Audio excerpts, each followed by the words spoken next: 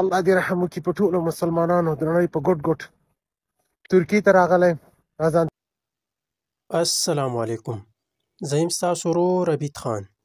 الله دې داسې غم او تکلیف بیا نه راولي.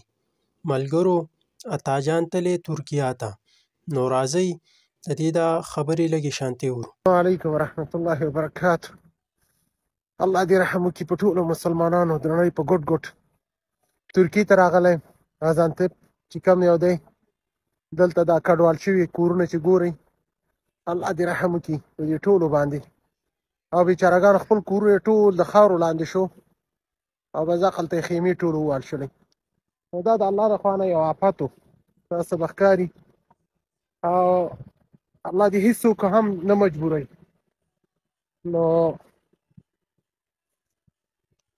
صرف یوازې یو دعا کوی شو، او موږ افغانان د نړۍ په ټولو مسلمانانو باندې دردېږو.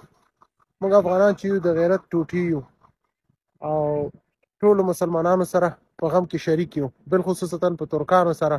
او دلته تنها ترکان نه اوسېدل، دلته د هر ملک خلک اوسېدل، ټولو کورونه چپه شو.